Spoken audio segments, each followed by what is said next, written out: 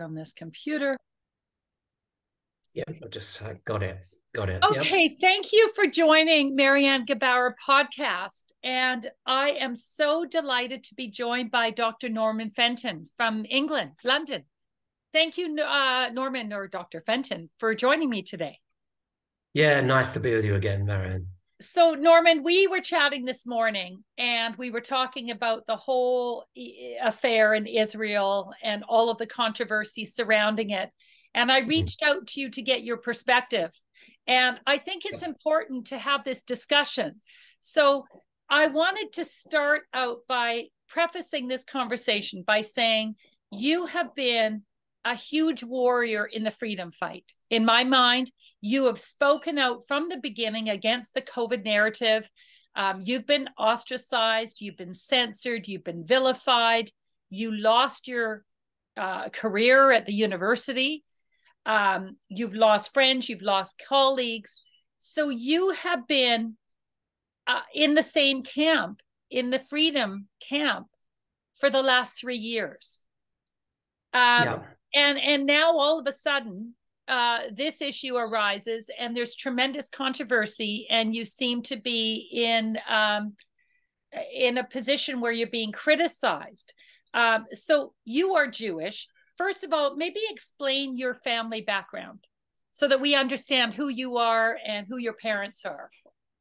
Yeah, so I'm the son of a Holocaust survivor from Poland. He's in fact the sole survivor from his very large family after he escaped from the Lodz ghetto in 1940. Now, my mother was born in the UK, but here's an interesting point, and it's relevant to this discussion. Her father was born in Jerusalem in 1891, in what was then part of what was called, of course, Palestine. But actually, that meant his nationality was Turkish. And if people want to look on my Twitter feed, there's an article about this with the proof of his naturalization certificate and birth certificate. So his nationality was Turkish when he became a British citizen in 1947. And he was Turkish because there was no Palestinian national identity when he was born in 1891. And when he was born, it was simply a province of the Turkish Ottoman Empire. Now, because of the nonsense the nonsense propaganda, which is now widely believed, that Jews somehow only arrived in Palestine after World War II, many are surprised to find out that my grandfather was from Jerusalem. But the thing is, Palestine was, a sparsely populated region then, and there was actually a Jewish majority in Jerusalem even then. Also, my wife's maternal grandfather was also from Jerusalem, born about the same time. But again, my grandfather's family were forced to leave Palestine after one of the many Arab riots and pogroms against Jews several years before Israel's independence in 1948. And another poorly known fact is that many of those Arabs had themselves only arrived in Palestine from Syria, Lebanon, Egypt, when Jewish immigration there in the early 1900s led to the creation of a flourishing economy, which created, sort of jobs and some prosperity. So my own family's history disproves the widely believed lie that there was an independent Arab state called Palestine in the years leading up to 1948, in which Jews and Arabs lived together in harmony. Indeed, the only people in the land who referred to themselves as Palestinians prior to 1948 were the Jews. That's why all this evidence that you see of a so-called vibrant Palestine state pre-1948 that gets churned out on social media is believed by all the, it's put up by the propagandists and everyone believes it. Actually, whether it be the national football team, the national currency, or the flag or anything like it, turns out to be entirely Jewish. And again, my blog and stuff like that provide evidence of that. So unsurprisingly, anyway, both my wife and I have got extensive family living in Israel. In fact, my wife's entire family, including her 2 sisters, live there, as does my brother and his family. And like almost all Jews in the world, I am a Zionist. And this is another thing that's really misunderstood. It was part of our discussion this morning, Marianne. So let's just go over that. So a Zionist is simply somebody who believes in the right of the Jewish people in their own state, in their indigenous homeland of Israel. Now, the idea that Zionists, some kind of like an evil, maybe even minority amongst the Jews in the world, is so bizarre that it's laughable, because Zionism is, of course, central to Judaism. That's why almost every prayer involves a sort of a prayer for the return to Jerusalem, etc. So the idea that there are this enormous number of anti-Zionist Jews out there who kind of like counter this narrative and believe that Israel's bad and all Zionists is bad is actually nonsensical. I would say that at least 90% of all Jews are Zionists. Even most left-wing Jews believe in the national homeland for the Jews. The only Jews who are not Zionists, who can be regarded as anti-Zionists, are two types. There's a very tiny ultra-Orthodox fringe called the Netanyahu Carter, and there's one other sect as well, who a tiny minority. In fact, a lot of them bizarrely also live in Israel as well as outside, but they don't believe in the Jewish state until the Messiah returns. So they don't accept the current Jewish state as being valid because it preceded the return of the Messiah, right? And those guys, incidentally, you always see them fronting up all these anti-Israel, pro-Hamas demos because they're actually funded by Iran, those guys. So they're a very, very good propaganda tool. They're a bunch of complete idiots, incidentally. And I don't even regard them. They call themselves as true Torah or true Torah Jews and stuff like this. But actually, if you look at these marches that take place, for example, in London, where I am, on a Saturday, that's the Sabbath, that's a holy day. You see them at the front of these marches holding placards, which is absolutely forbidden. No Orthodox Jew, let alone an ultra-Orthodox Jew, would do that, right? So there's that part of it. So you've got that tiny fringe of these ultra-Orthodox Jews. And then you've got a tiny fringe of extreme leftist sort of Marxist Jews who also don't believe in the state of Israel. And they include, I may add, people who are suddenly put up as the prominent voice of sort of Orthodox Judaism, sort of the sort of the anti-Zionist Jews. And these are the people, they're propagandists like, for example, Max Blumenthal, Norman Finkelstein, and even fanatical Israeli anti-Zionists like Ilan Papp and Mikko Peled. These are the people, when you see people spreading these kind of like anti-Zionist memes and all these stories and all these books, it's always the same people they use, right? They always refer to these people because non-Jews think that by quoting those, yeah, here are Jews and they hate Israel and they think Israel's evil. They think Zionism is evil. They offer protection against the claim of anti-Semitism because they can say, look, these Jews believe this, so why shouldn't I? And that you can't call me an anti-Semite for not believing this. And the thing is that I don't actually use the accusation of anti-Semitism against anybody lightly. I actually, as you know, I abhor the tactic which was used by leftists and establishment figures to slur anybody using the word globalist or criticizing people like George Soros during the whole COVID narrative, or people like Zuckerberg or whatever, that people who were saying, well, you're anti-Semitic if you criticize those people, if you use the word globalist. They were saying things like it's an anti-Semitic dog whistle. It's absolute, that's nonsense, right? I hate that. I was actually, before people knew that I was Jewish, I was called several times an anti-Semite or giving anti-Semitic dog whistles because I was challenging the globalist agenda and criticizing people like Soros's role in it. Okay, I mean, I made a public defense of Andrew Bridgen, the MP, who was suspended, in fact, booted out of the ruling Conservative Party because he was actually wrongly accused of being an anti-Semite, and I had made a public defense of him to say how nonsense this was, etc. And I also believe, and I'll put it on the record, I'll say this, I also believe that there are a lot of influential left-wing Jews and Jewish organizations like the ADL in America, the Board of Deputies in the UK, who have done enormous harm to the Jewish community by aligning themselves with the ultra-woke agenda and campaigns to kind of like silence those who are opposed to things like the globalist narrative and the Great Reset, and including, of course, many false accusations of anti-Semitism. So you've got all that. And nor and I must say, nor do I believe that valid criticism of the Israeli government is anti-Semitic. Indeed, as you know, I was especially critical of the Israeli government's appalling COVID strategy, ranging from the lockdowns, the ludicrous Green Pass, its role as the Pfizer laboratory. And of course, I also wrote extensively about the corruption in the Israeli Ministry of Health regarding the way it was exaggerating vaccine efficacy and covering up safety issues.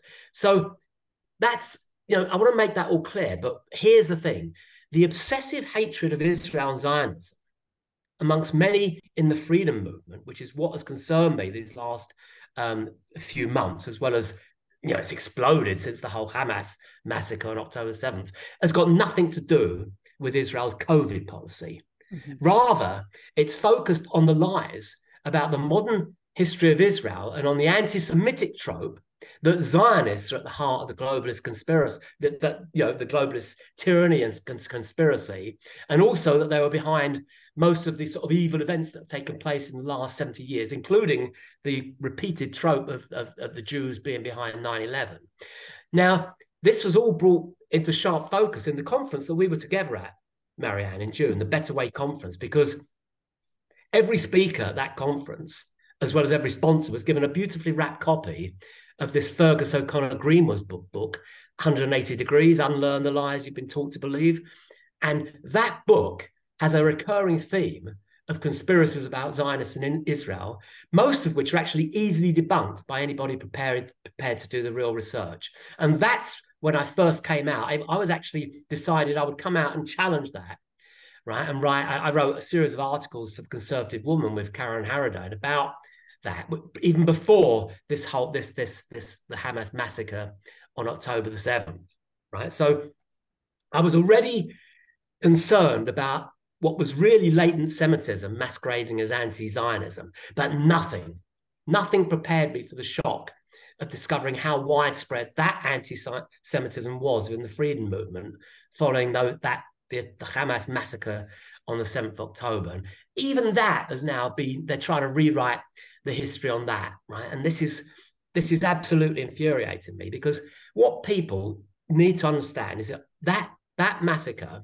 in terms of its scale per pro rata population, as well as the barbarity, was by far and away the worst, most atrocious terrorist attack in history, right? So the number of, they massacred over 1,400 civilians, have taken 240 hostage, whatever, and many, of course, women and children, even babies, right? They live stream much of the slaughter, including the sadistic murder of children and babies and stuff like that. But the scale, based on the population size, that would be the equivalent of 60,000 deaths in the USA, which is 20 times bigger than the 9/11 attacks. And there's not a single family in Israel who doesn't know somebody who was murdered or kidnapped, right? And there's all of this documentary evidence. And the thing is, my brother's daughter, like all youngsters who were conscripted into the Israel Defense Force, was at the scene of the aftermath of one of the villages destroyed by the Hamas terrorists. And she says that even the most graphic images and videos that have been circulating don't convey a fraction of the horrors that were committed. She saw dead entire families burnt, tied up, children, babies with their bodies mutilated, families and children burnt alive with their hands tied bound behind their backs, and clear signs of torture, body parts, including heads missing. And these were completely defenseless people, young and old, right? But there weren't enough medical staff. This because she was there the day after the massacre. She was sent there, and they didn't have enough medical staff to deal with because they had so many injured people. They were given, these conscripts were actually given the task of collecting and carrying away the dead bodies. And she is completely traumatized by it. And her brother, that's my nephew, my brother's son, that's my nephew, he actually had several of his friends murdered that day. And yet, even before Israel responded to the attack and the continued barrage of rockets, which is that, of course, there's been over 9,000 rockets fired from Gaza, and also firing them from the north, from Lebanon in the last 3 weeks. People actually forget that. Many in the freedom movement who have no connection to Israel, no knowledge of the conflict, were already proclaiming things like, oh, the attacks didn't actually happen, or they were a false flag, it was an inside job, you got the victim blaming, or the attacks were justified because of Israel's oppression, the occupation of Palestinians, okay? And this, you even had, again, you got Max Blumenthal, he was tweeting out, even while the attacks were happening, he's saying they've come, these people from Gaza, they reclaim their land, they've come back with a vengeance, openly, rejoicing in it. Others were doing the same, right? And certainly people even accused me of lying when I tweeted about my niece's experience, or they were saying things like, oh, your niece is a child murderer and stuff like that. That's the level of hatred we're talking about. And another thing, what people are absolutely ignorant about is even the history of Gaza, right? So Gaza, Israel did occupy.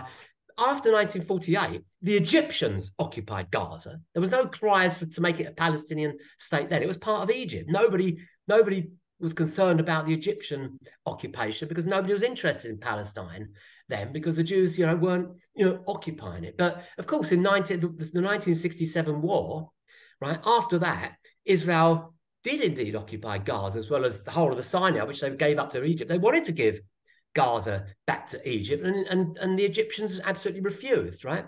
So between 1967 and 2005, Israel occupied Gaza. And incidentally, 10,000 Jews lived in Gaza during that period. But in 2005, Israel unilaterally left Gaza. Not a single Israeli soldier or civilian has been in Gaza since 2005. And as I say, these 10,000 Israeli Jewish citizens were forcibly removed. Many of them had only ever lived there, never lived anywhere else in their lives. They were forcibly removed and resettled in the main part of Israel. And what happened, and Israel left these fantastic agricultural facilities, this enormous greenhouse complex.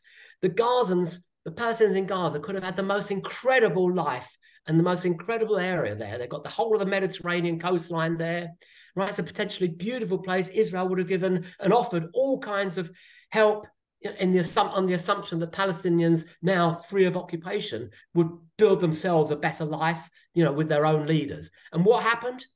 They had an election in 2007, and what was it? 70% of the people voted Hamas, the terrorist organization, in as power. Hamas was democratically elected by a massive majority in Gaza. And what did they immediately do? I mean, they'd already got rid of all. They'd already bulldozed off all the greenhouses and stuff. But in 2007, they immediately started firing rockets at Israel. And that's incidentally when the blockade started. So the idea that Israel, there's still an occupation because they're blockading, it's rubbish. The blockade is simply a naval blockade to stop weapons coming in. And of course, goods are coming in all the time across, there's a crossing, the Erez crossing between Israel and Gaza, which incidentally, Hamas destroyed completely on the 7th of October this year, killing every single person who was there, right? They massacred them as well. So all the time aid was coming in, even when every so often Hamas would fire their rounds of rockets and Israel would respond. Israel was still providing aid, still providing electricity and stuff like that. They were simply trying to enforce an arms embargo. And in any case, another thing people forget is Gaza has a border with Egypt. The Egyptians, this is the thing, the Egyptians refuse to host. They didn't want the Palestinians back. So Egypt has as much to blame here. So I'm going to have to just pause it for a sec. Okay.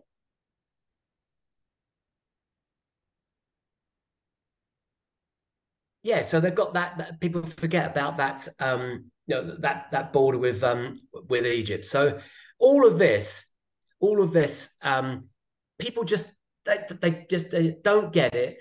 You've got to remember as well that there is this strong a lot of these anti-Zionists, these people, incidentally, I mentioned about the Jewish anti-Zionists. I said that you've got the ultra-Orthodox Jews and this small number of Marxist Jews who have disproportionate influence, incidentally, in the media. And the idea that they are kind of representative of most moderate Jews, which is put out by a lot of people, is it's a bit like saying that someone like Alexandria Ocasio-Cortez and Louis Farrakhan a representative of the American people? Yeah. So what is your view? Can you hear me? There was a bit of there was a bit of echo then. So the other thing I was just going to say that what people don't realize is that, and here's another thing, an interesting, weird thing about the whole thing with the freedom movement. The freedom movement was of course the skeptical movement. Mm-hmm. Right? They were skeptics. They didn't believe they knew that what mainstream media gave them, right? And what you got from the globalist organizations like the United Nations and the World Health Organization, they knew how fundamentally biased and flawed and how controlled it was. And yet, on this, they're prepared to accept everything, all of the Hamas propaganda, right? Which is fed through the things like the mainstream media, like the BBC News and CNN and all of that stuff, heavily biased against Israel. And they're prepared to accept the words of the Hamas, the Gaza Ministry of Health on fatality figures and the explosions, stuff like that. Which, for example, you had the example of the hospital, which they claim was blown up by an Israeli missile, whereas in fact it was one of their own misfired rockets that blew it up, right? But for 2 days, there was this thing, Israel deliberately killed 500 in a hospital, and everybody went with that, and everybody still believes that because they now forget the fact that was completely debunked, right? But the fact that these people in the freedom movement, the skeptics, believe everything coming out of the United Nations, the World Health Organization have chipped in on this, and the mainstream media, just shows you how ridiculous and the amount of cognitive dissonance there is amongst these people. And I think it can only be put down to anti-Semitism. But there's another aspect of it, which is the sheer numbers, right? So on social media, people turn to social media if they don't trust the mainstream media. And what have you got there? Well, in the world, there's less than 14 million Jews in the whole world, okay? Mm-hmm. Most of whom live in Israel and to a lesser extent America. And there are 4 billion Muslims in the world, and a very large number of lefty non-Muslims as well. And that coalition of lefty non-Muslims and the 4 billion Muslims, somehow you think that's going to outweigh the voice of the proportionally tiny number of Jews on social media, which is why people are getting all these nonsensical propaganda memes coming to them, and they don't see the alternative because there's not enough of us to challenge the alternative. We haven't got the bandwidth to do so, which is why good people like yourself, really intelligent, alert people, can also be seduced and fall for this nonsensical. So what is your view of this radical new anti-Semitism? I think that this is just the new, as anti-Semitism always finds a new form. It was there was anti-Semitism back in the Dark Ages, the sort of the 12th century UK, when they said that the Jews basically drink the blood of Christians. Mm-hmm. So there was that's the reason for why you've got to expel and kill the Jews. Later on, you had the protocols, the sort of the Russian forgery, the protocols of the Elders of Zion, which claimed that, of course, the Jews basically controlled all of the power in the world. Which, incidentally, that is a theme which still exists today. A lot of people still actually believe that, right? That's a core part of it. We can come on to some issues related to that as well. So there's that. Then, of course, it was the Jews. The Jews are communists, so we hate communism. Then it's the Jews are capitalists. We've got to kill them. And then it's with the Germans. It was the Jews are kind of like a virus. They're unclean, right? There's always a reason. Always find new reasons. And Jews are hated for whatever they do. They're hated because they don't integrate. They're hated because they do integrate. People say it's the Jews, because a lot of people in Hollywood, right? There has been, of course, a traditional major amount of Jewish influence in Hollywood.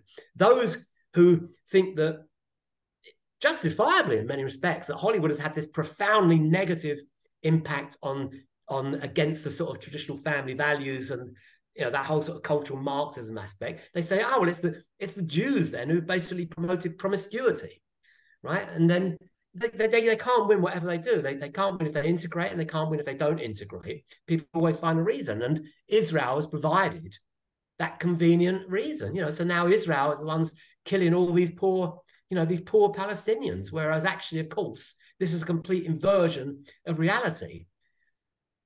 The only people who were murdered, there are plenty of civilians killed in this conflict as collateral damage on both sides, incidentally, right? But the only people who deliberately murder are the Hamas, the Palestinians. They deliberately murdered men, women, and children, and continue to do so, incidentally. So is Israel's non-compliance with UN Resolution 242 part of the problem? No, because the whole point about people misunderstand UN Resolution 242. It never said that Israel had to give up all of the territories. They're disputed territories. It's talking about Gaza and the West Bank, which incidentally is Judea and Samaria, right? And also parts of Jerusalem. So again, a little bit of history here, because actually that area, of course, in 1948 was invaded by Jordan. That whole area was supposed to form part of the independent Jewish and Palestinian state. Well, incidentally, Jordan was also part of British Mandate Palestine. That's another thing, because that also should have been considered as part of the national Jewish homeland, but it was given straight away to Jordan in whatever it was, 1922 or whatever. And incidentally, of course, most Jordanians are Palestinians, which again, enough people also forget. They've already got that one big state. It's called Jordan, right? So even if you forget about that, what happened in 1948 is that the Arab armies invaded when the Israel independence was declared, and of course supported by the United Nations resolution for that, right? And the Jews held on to some territory and gained some of the parts which had been allocated as the Arab Palestine, whereas whole chunks of area where the Jews lived, like in Judea and Samaria, which are now called the West Bank, as well as all of the Jews of East Jerusalem, they were expelled because that area was invaded and taken under occupation by the Jordanians, right, who illegally occupied it from 1948 to 1967. So there was already an illegal occupation of that area by the Jordanians. And of course, what was occupied also in 1948 was Gaza. The Egyptians occupied it. So in 1967, Israel took control of Gaza as well as the whole of the Sinai and the West Bank, and including, and they, of course, they started to repopulate the areas where the Jews had already been in East Jerusalem and in those areas of Judea and Samaria, like Gush Etzion and many other places. Those are the so-called settlements. They're simply places where Jews had always lived before. Okay. Now, what does 242 say? There should be a negotiation based on some territorial. It talks about the territories, not all territories. Israel gave up the entire Sinai as part of that. They already did that. They wanted, as of course we've already said, they wanted to give Gaza back to the Egyptians. The Egyptians refused, but since 2005, that's all gone. Under the Oslo Accords, they did give up most of the West Bank to the Palestinian Authority, who have complete control over large parts of the West Bank. So actually, there isn't that much. There isn't that, and given that Resolution 242, as I said, talks about simply a negotiation about the territories, not all the territories, then Israel is not in breach of Resolution 242, nor I think the more subsequent one, which is Resolution 333 or something like that. So again, people misunderstand this. And in any case, Israel, I think, will no longer, what's happened, the United Nations is completely captured. There are, of course, 80 countries who don't even recognize the state of Israel. Right, and they form a dominant majority there. Who was just appointed as lead of the UN Human Rights Council, whatever it is, chair? Iran. I mean, what more? Mm-hmm. And again, suddenly it's this irony. Suddenly, all those on the freedom movement, the skeptics who hated the United Nations, suddenly are appealing to UN resolutions and appealing, to the integrity of this ultra globalist organization, which we know was central to all of that globalist Great Reset bullshit. It's not just the World Economic Forum and all of that stuff, the Club of Rome, the Trilateral Commission. They were always totally dependent on the United Nations and in coordination with the United Nations for all of their globalist, activities and grabs. We know that. So what would you say to critics of Israel who say that Israel has created an open air prison in the Gaza? Oh, well, you should follow a person called Imshin on Twitter. In fact, just follow a whole load of Gazans, right?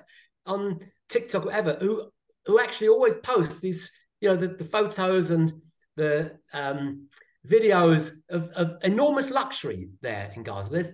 There are areas of luxury in Gaza which are far in excess of any luxuries in Israel. Believe me, right? Of course, it's Hamas operatives taking all of the international aid, which incidentally, all the international aid ultimately to Gaza all has to go through Hamas, right?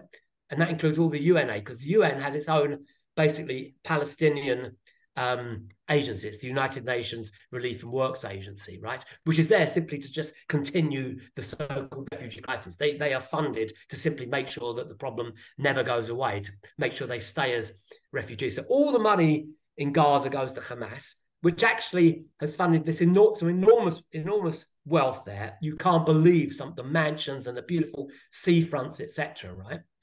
And so this idea, as I said, yeah, there's a blockade. There has been a naval blockade since 2007, simply to stop the weapons coming in. But unfortunately, they came in through the tunnels that Hamas built under the Egyptian border. That's where they come in, and they come in instantly from places not just from Arab countries. Those armed are coming in from Afghanistan. A lot of them were weapons left by the Americans, thanks to Biden, and also from Ukraine. Again, weapons provided thanks to Biden and the EU.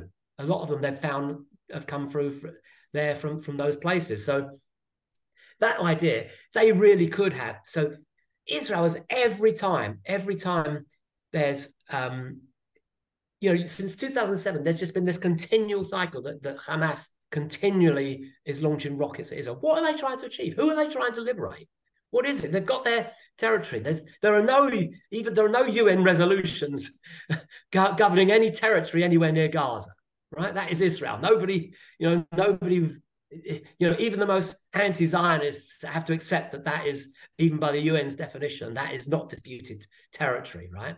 And yet you get these idiots, the Max Blumenthal's, the Norman Finkelsteins as well, creating the impression that somehow they have a right to that territory. And their own leaders, of course, tell their people you have rights. That's why you got not just 2,500 terrorists coming in slaughtering civilians on October 7th, but apparently now at least 1,500, probably 2,000 civilians coming in, many of whom massacred civilians themselves, right? These were not Hamas people.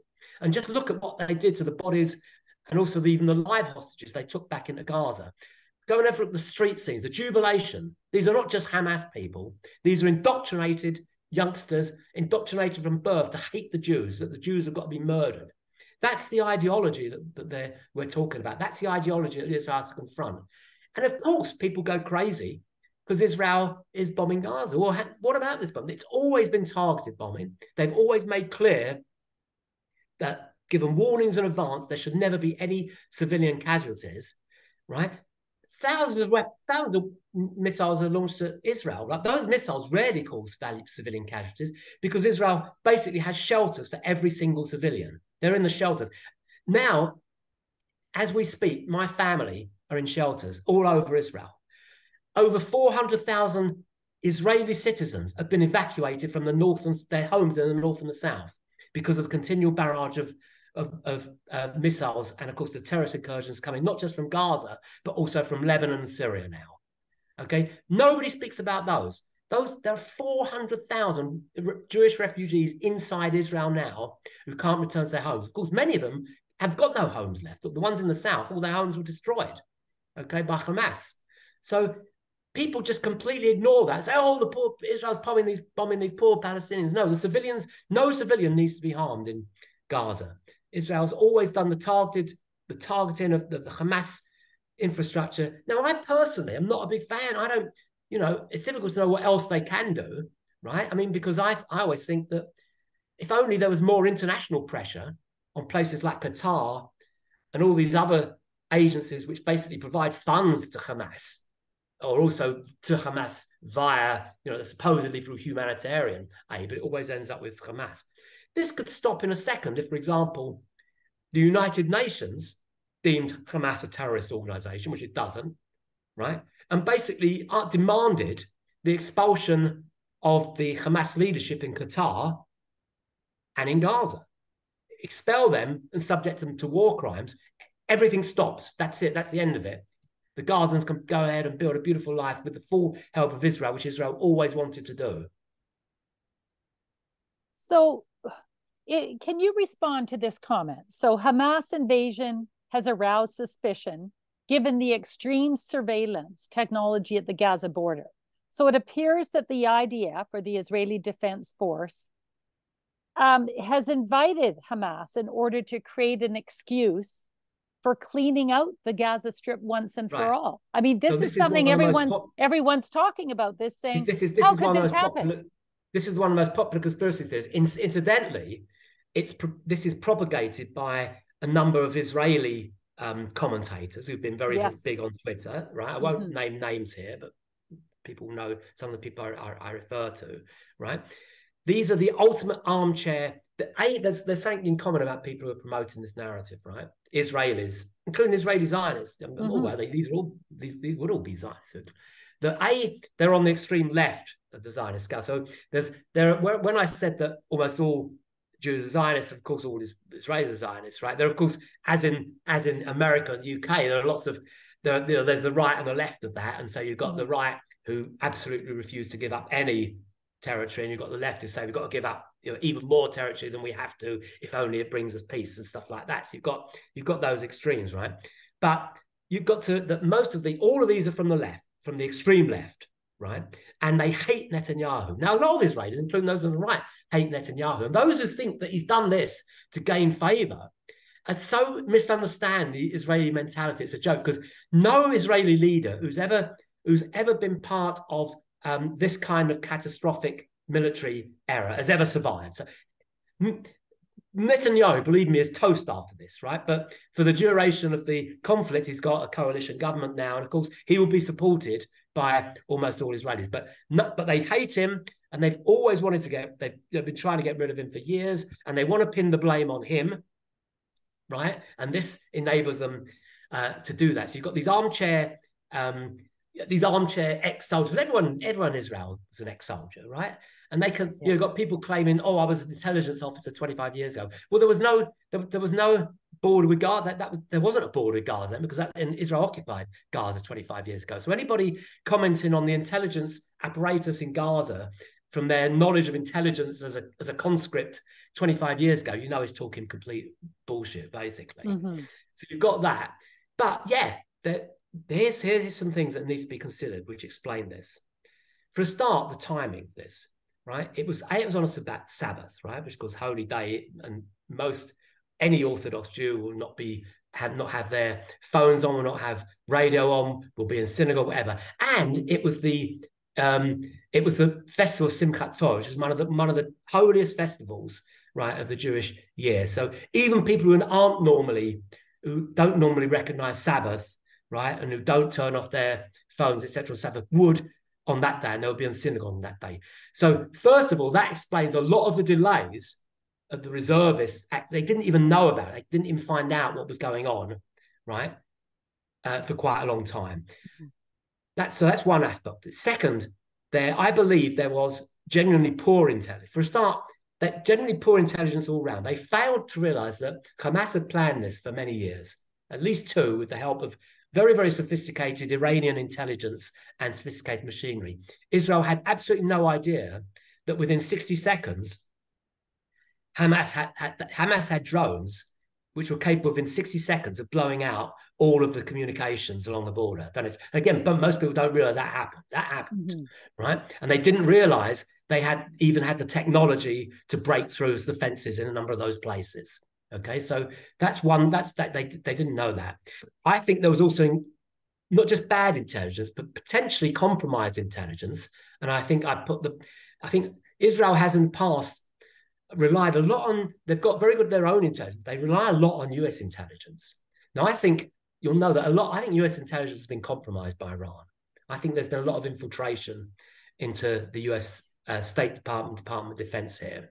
And I think that, for example, the intelligence which said, actually, if there's going to be an attack, well, first of all, there was never intelligence of an attack on this scale.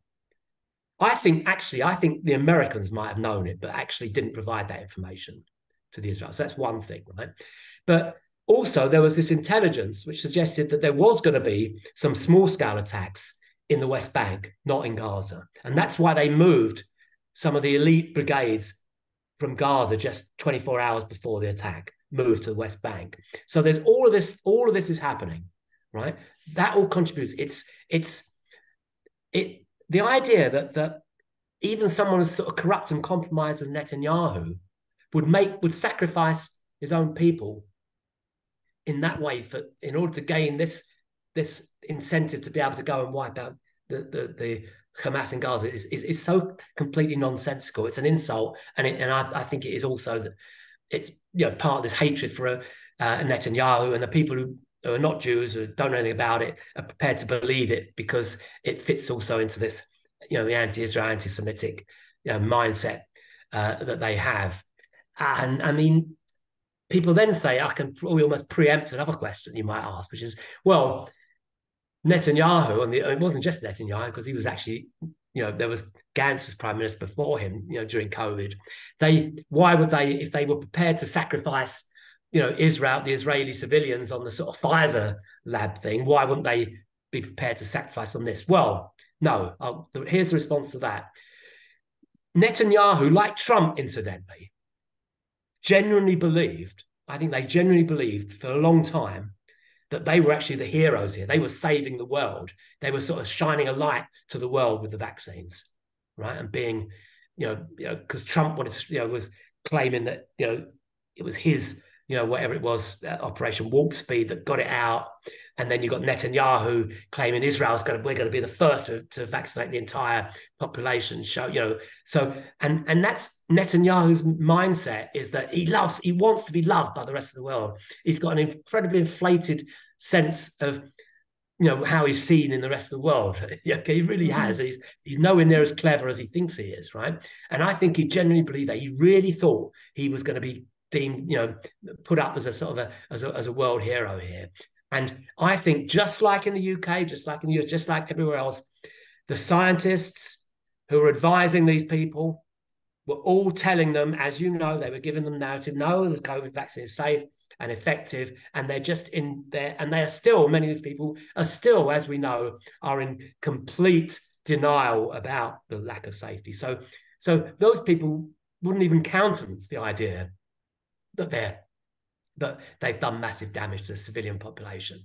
So the idea that he willingly wanted to kill most of the civilians in Israel with a vaccine, and therefore why would he not want to kill a few more as sacrifices, to get rid of Hamas in Gaza is absolute nonsense.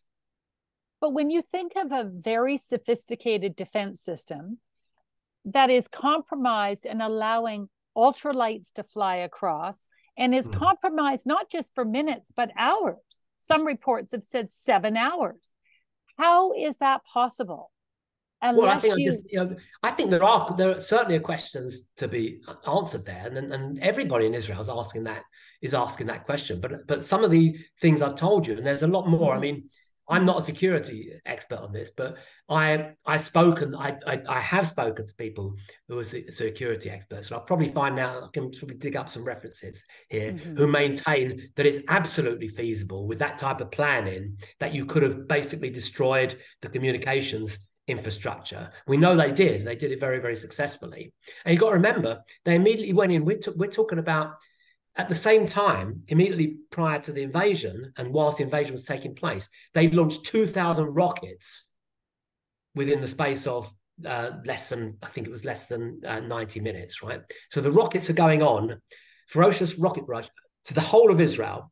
So the sirens are going off in the whole of Israel, and their primary concern, especially given the lack of communication coming from south, their primary concern is stopping those rockets, right? Basically getting all of the resources, all of the Iron Dome systems in place, all of the more new, novel anti-missile technology, etc.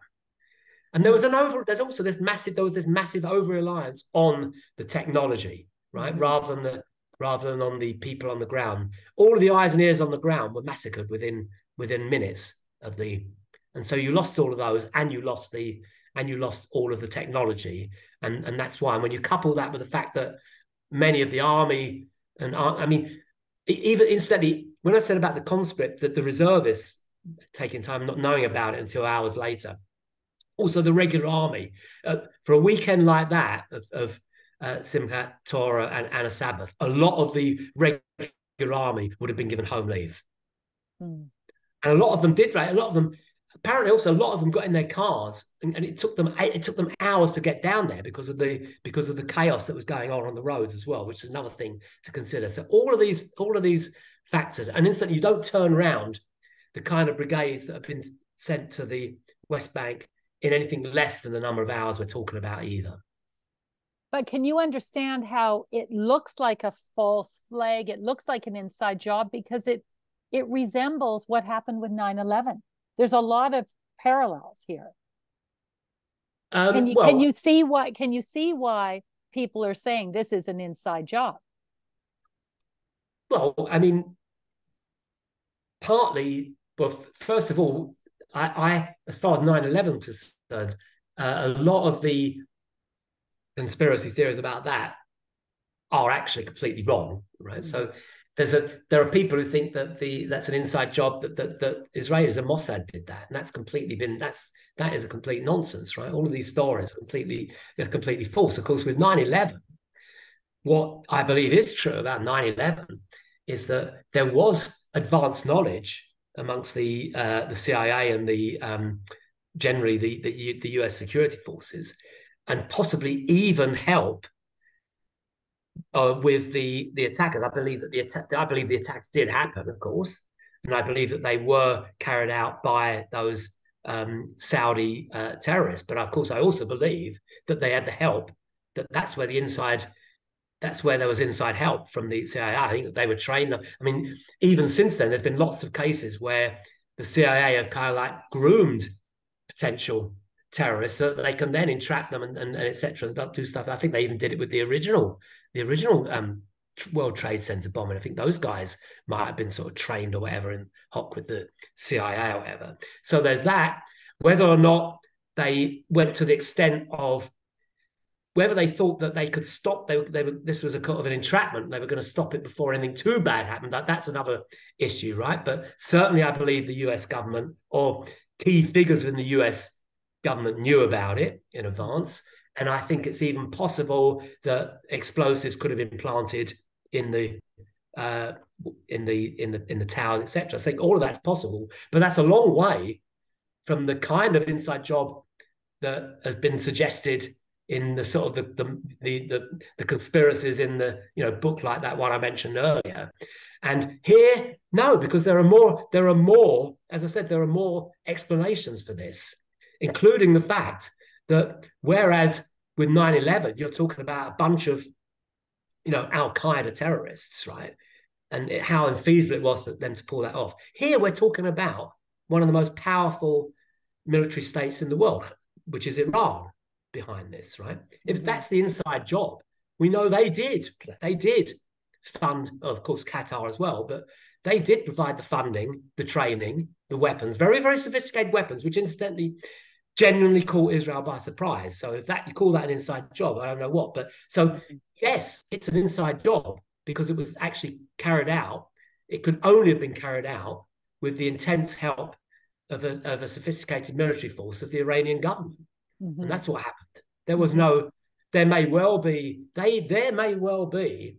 within the Israeli hierarchy some Iranian agents, as there are in the US government now, we know. That's possible. And I think those people might have been responsible, for example, for pushing the idea that let's send them to West Bank and leave Gaza, sort of unguarded. So yeah, in that respect, there are aspects of an inside job, but it's not what people are portraying it. So there may have been some characters who sabotage Israel in this case, insiders who really had a motive to see this event happen. Yes. But I do not believe, and I categorically dispute this idea that any higher level Israeli officials, government officials, allowed this to happen in order to pursue other military objectives. That is just simply wouldn't happen. Do you think Benjamin Netanyahu's expansionary policy possibly is a reason for this surge in anti-Semitism? Well, I'm not sure. We don't know what this expansionary policy is, because another interesting thing about Netanyahu is that another reason why Israel had a kind of was in a way weakened prior to this attack, because there was a lot of social unrest. There was this massive left v right, all these mass demonstrations from the left protesting against Netanyahu. And the basis for those demonstrations was his laws, the new law he was introducing, which was fundamentally to restrain the power of the judiciary. Now, the judiciary have an incredibly powerful role in Israel, right? They have, for example, they have been, responsible for stopping the sort of democratically elected objectives of various governments. And the judiciary there is totally captured by the left and has always done. It's an extreme left judiciary, and they don't like to have they didn't want their power removed, right? And so that was the reason why all the leftists were so inflamed about this idea. And of course, Netanyahu, expansionist, since he wanted to take power back from the judiciary, he did. In terms of expansionist on territory-wise, well, where does that come from? I mean, he's the one who's been, he was instrumental in, with Trump, with the Abraham Accords, in sort of making peace with sort of Arab nations, and he's been no different to any other Israeli leader on any of the territorial concessions, with regard to any kind of peace accord with the Palestinian Authority. There hasn't been any settlement expansion in Israel for tens of years now. So I don't know what. Again, this is another complete fabrication. There isn't any. The only territory which has been expanded is that of the Palestinian Authority, because they actually keep infringing on areas which have been agreed to be under Israeli control under the Oslo Accords. So again, it's just propaganda from people who want to delegitimize Israel. Could you comment on the mistreatment of the Palestinians in the newly occupied territories? What's your view of this? Oh, again, it's the same thing with Gaza. It's the same narrative with Gaza. They're given, these people are under their in Gaza. There was no Israelis, so any mistreatment is that's going on there, and there's massive amounts. The abuse of civilians under Hamas is phenomenal. The amount of people, of course, gay, homosexual, etc., get murdered there, get killed. You're not allowed to do any of that stuff, and of course, any independent journalists get imprisoned or they get shot in Gaza. So yeah, you've got absolutely inhumane treatment of Palestinians in Gaza, but that's by Hamas. In the West Bank, you've got a similar thing from those who are under the control of the Palestinian Authority. They also don't like independent journalists, and they also don't like homosexuals, which is why all homosexuals in the Palestinian areas actually move to Israel, right? Because they know that they're free there. So you've got that. What you do have is then there are areas then of the West Bank, in areas like Jenin, and not so much Ramallah, but yeah, sort of certain of the big cities in that area where you've got these terrorist gangs, and of course they engage. They are always, there are terrorist acts committed against, the Israelis living in those areas every day, right? And of course the Israeli army responds to those, right? And sometimes they respond very forcibly, have to, right? And so that's where you get this. That's where you get, and of course, a lot of those, they say these children, these are basically, we've got to remember, there are many Palestinian teenagers who are convicted terrorists. They've actually killed with weapons Israeli civilians. When they talk about these poor Palestinian kids in Israeli prisons, these are convicted terrorists, right? And incidentally, Israel, if any other country, no other country faces the kind of threats that Israel does, surrounded by genocidal national enemies, like Syria, Lebanon, not so much Jordan and Egypt now, they've got sort of cold peace treaties with them, but the gangs, terrorist gangs within those areas who infiltrate and stuff like that. They've got to deal with all that, as well as Iran. I mean, we had Yemen. Yemen is 2,200 kilometers from Israel. Yemen declared war on Israel yesterday and fired very, very sophisticated Iranian missiles, ballistic missiles to Israel, which had to be intercepted. Israel did intercept them. Did you know actually one landed in Egypt and one landed in Jordan, right? And what has Israel ever done to Yemen, right? And they've now declared war and they're firing missiles on Israel. So Israel has got this has always lived with this continual existential threat. It's got these genocidal enemies, both within and without. And of course, it has to deal with these in a way which no other country has been in that position, right? So it's a completely unique position. So anybody who compares it with, I mean, I'm sure, in actual fact, they don't treat these terrorists or people who threaten them and actually any worse than say the US cops or even the British cops or the French cops do with terrorists in their country. Believe you me, the French shoot to kill. Every time there's a terrorist attack in France, even when the terrorists have been disarmed, they kill them. If Israel does that, it goes to United Nations straight away. Everybody's up in arms, everybody's out in the streets. Why do you think that is? It's anti-Semitism. I mean, just as we speak now, there's some massive, do you know, there's like 1.5 million refugees being created in Afghanistan and Pakistan.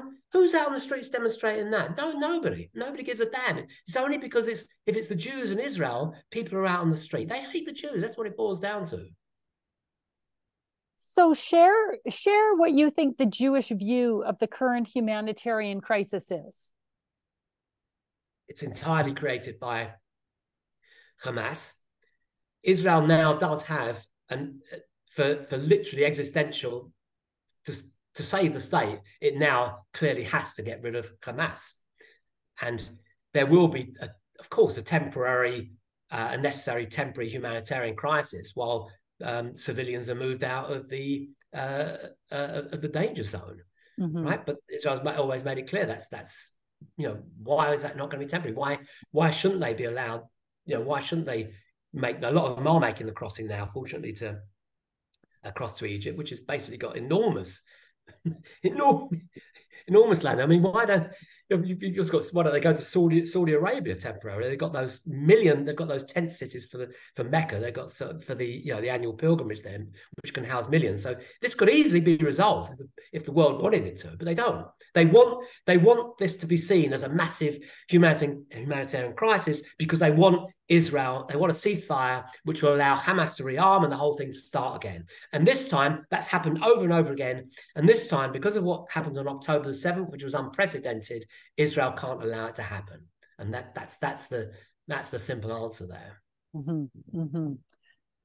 Are you aware of the argument that much of the agitation is fomented by radicalization of the younger generation through social media like TikTok? Yeah. Oh, of course, absolutely. But it's not just look. It comes from the mosques. It comes from the Palestinians in Gaza, and incidentally, also the West Bank are brought up from nursery, from birth, essentially, to hate the Jews. The Hamas Charter wants to rid the whole world of Jews, not just the Jews of Israel, and they want an international caliphate, right? That's the Hamas Charter, which is the charter, of course, of the Muslim Brotherhood as well, right? But who, of course, are banned, interesting enough, in most Arab countries, but they're not banned in the US and the UK, which is, of course, again, another pretty bizarre thing. And incidentally, in the US and the UK, because the Muslim Brotherhood has never been banned and because they're operating very widely, that's why you've got all these mass demonstrations, these pro-Hamas demonstrations going there, because they basically indoctrinate the youth there more effectively than in other places. But in Gaza and in the West Bank, the Palestinians there are brought up from birth to basically want to kill Jews. It's as simple as that. It is this incredible radicalization. It's going on the whole time. And of course, it's even easier to do, as you say, with social media like TikTok now. But they believe me, they didn't need TikTok, the TikTok generation. This has been going on from time immemorial. As I said, before there was Israel, I mean, I said my grandfather's family had to leave Palestine before 1948 because of the Arab pogroms.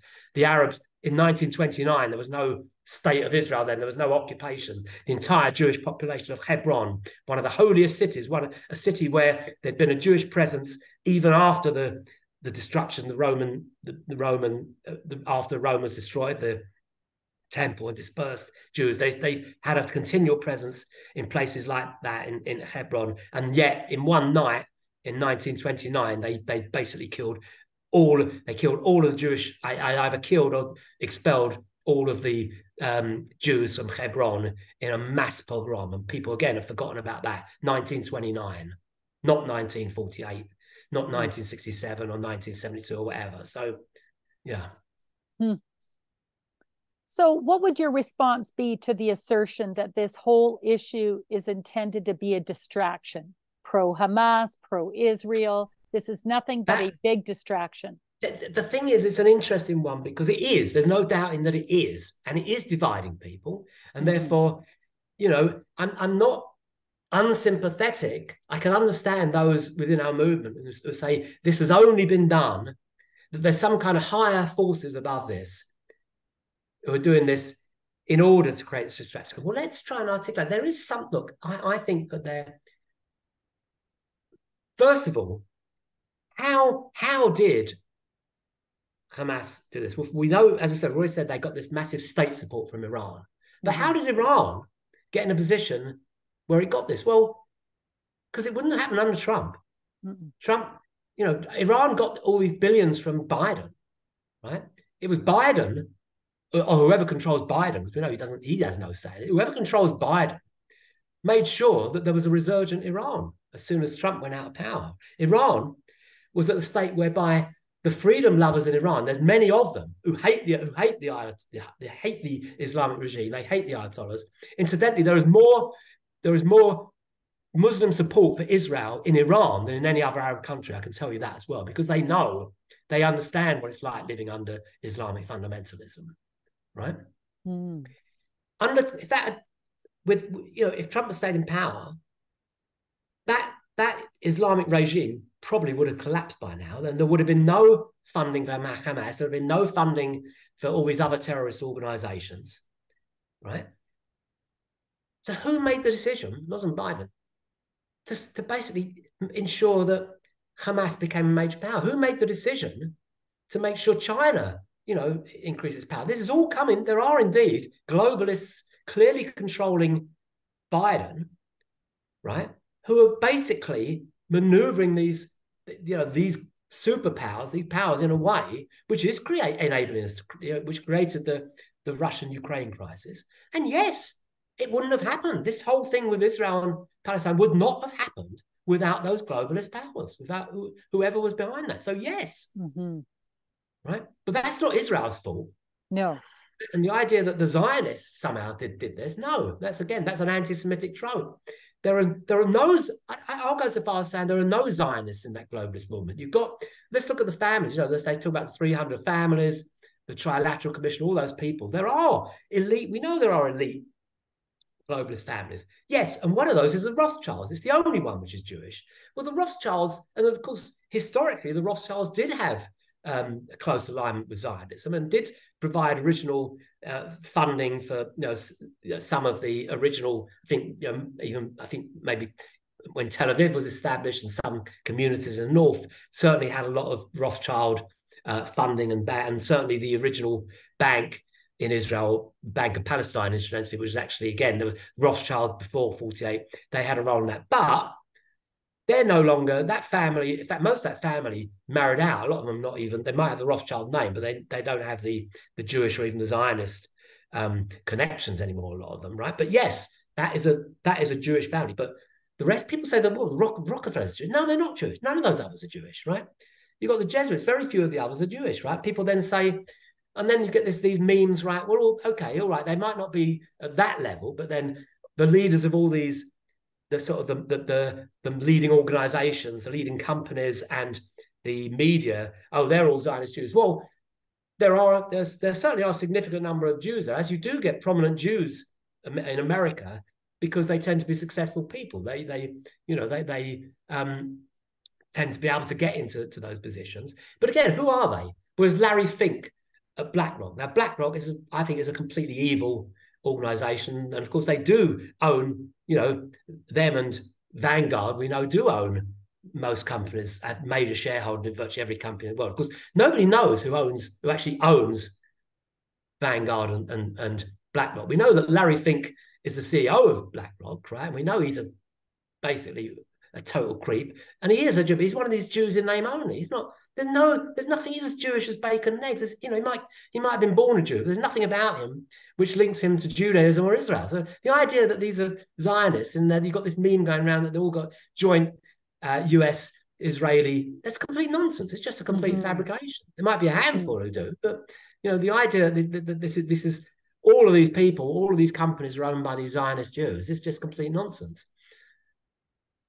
So you would agree that the globalists might be wringing their hands with delight, or may have orchestrated this event on October 7th.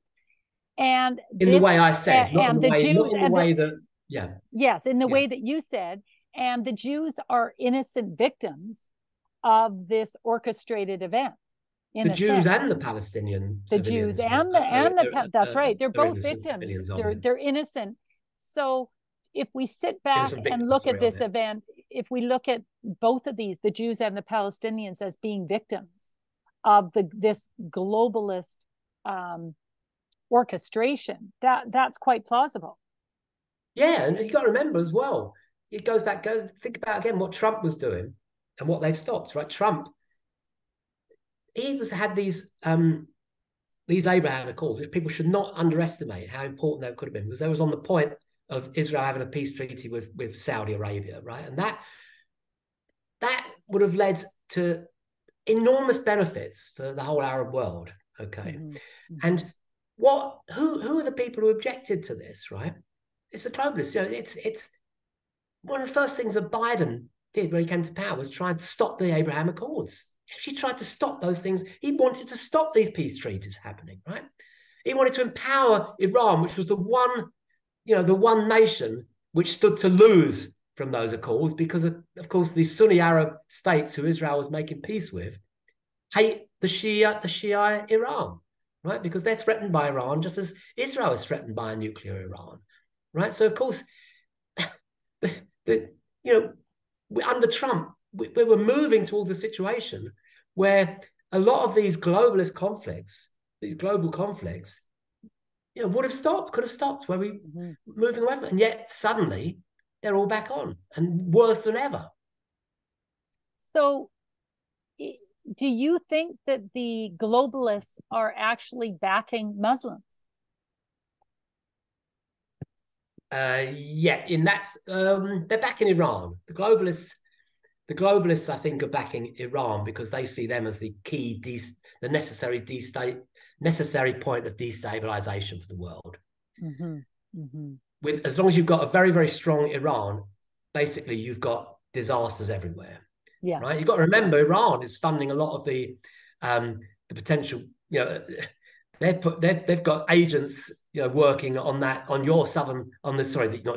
US southern border. They're working there. Remember, they're fomenting trouble everywhere in the world, as are the Chinese, incidentally, who are in hocks with Iran. Increasingly, Russia, which is worrying. Again, I mean, this is so much. Israel, for example, had very, very good relations with Russia, and yet suddenly they were forced by Biden. Incidentally, Israel was forced by Biden to take the side of Ukraine, which no Israelis wanted to do. They wanted to remain completely neutral there. Biden forced it. He put all kinds of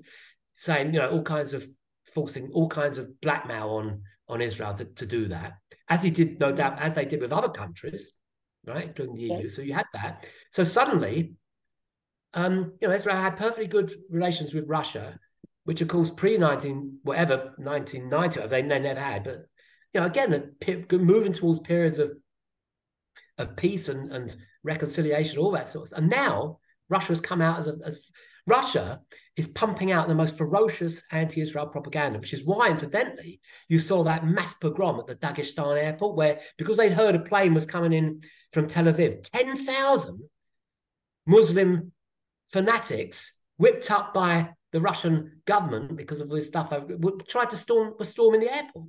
right? It was another pogrom. They were trying to find any Jew they could find coming off that plane. I mean, this whole the level of destabilization which is being caused by this anti-Trump, the anti-peace agenda, the globalist agenda, right? Which is to basically create a strong Iran, which is the, as I say, the catalyst for all of these problems, right? It's unspeakable, but that's what's happening. But the globalists are really trying to destabilize every nation. Yeah, and they try to destabilize, but making sure you've got a strong Iran is the fastest way to destabilize as much of the world as possible. They're doing it in other places, of course, as well, but that because they'll manage to completely destabilize the entire Middle East with this. So do you think that most Jews then are looking at this current issue as driven by the globalists? No, I don't think. Look, most Jews, like most people, Jews are no different from most people. They're completely oblivious to. Look, we've been in this movement. We're sort of tuned into these things. A lot of the things we've been talking about here, most people have absolutely no idea what we're talking about. The average person, and that includes the average Jew has no idea. The average Jew, more than ever, incidentally, even leftist Jews who are fairly ambivalent to Israel. Otherwise, they would never.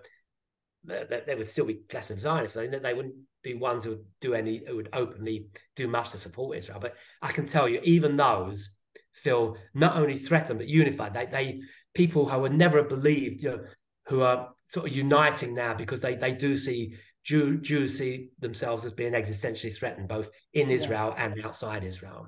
I mean, I can't walk safely the streets of London now without hearing anti-Semitic abuse everywhere. It's horrific. I mean, I've got to get on the tube in a minute, and there'll no doubt be, there'll be these Hamas supporters putting their stickers up and chanting "From the river to the sea," which is basically a genocidal demand for the destruction of all Jews of Israel. So, do you think that we're in end times? Closer than we've been in my lifetime, unfortunately. I'm not optimistic, I have to say. Yeah. And it's not. And if I was going to say if the Democrats get in next time, I think even if Trump doesn't get in, I think even a non-Trump Republican presidential next time, I think that, like Mark Stein predicted all this. He's been brilliant on all of these recent things. He's the person to follow, and he did predict all of this, and nobody listened. But yeah, interesting. Can you briefly explain Khazarian Jews? There's a lot of information. I think that's I'm literally got to go in it, but I think that this is another anti-Semitic conspiracy theory, that this idea that they were that the real Jews were just that the only real Jews come from Russia. It's complete nonsense, right? So all the business about the Ashkenazi Jews being Jewish diaspora, all of those, because there's a lot of discussion about that. Yeah, that the Ashkenazi Jews are not real Jews, and that it's a complete irrelevance. Whether or not there was a small sect, in Eastern Europe who declared themselves as true Jews, and that that there are descendants of those, it's irrelevant. It's just a complete irrelevance. It's trying to make it's no more. It makes no more sense than the Black Hebrew congregation claiming that they're the only real Jews. Right, I don't know if you know about those guys. It's something quite funny about that, because they're real anti-Semites, right? The Black Hebrew congregation, because they consider any white Jew or any non-black Jew is basically a sort of a devil. Got to be sort of they're claiming their heritage, and they actually went. There was a group that were going to participate in one of these anti-Israel rallies with the pro-Hamas people. If it was in Minneapolis, I can't remember where. And because the Hamas supporters saw these guys, they all wear the sort of Star of Davids, these guys, and they thought they were there supporting Israel. There was a massive fight broke out between them. They were like smashing each other up. It's hilarious, but that's the kind of level of intelligence that we're at with these people. So that whole Khazarian thing has got no more credence than the Black Hebrew congregation does. It doesn't matter, because again, another poorly known fact is that actually in Israel, Now, a significant majority of Israelis are not Ashkenazi. They're Sephardi or genuinely black Jews from Ethiopia, smaller number from Kenya, right? And those Jews have no European origin. There's no European DNA with those people. So. Well, yeah. Dr. Norman Fenton, I'm going to let you go, but thank you so much for providing the Jewish perspective. I think thanks. I'm pleased I was able to do it. Yes, it was very, very interesting. So thank you for your thoughts and insight. Great. Thanks. Okay, bye-bye.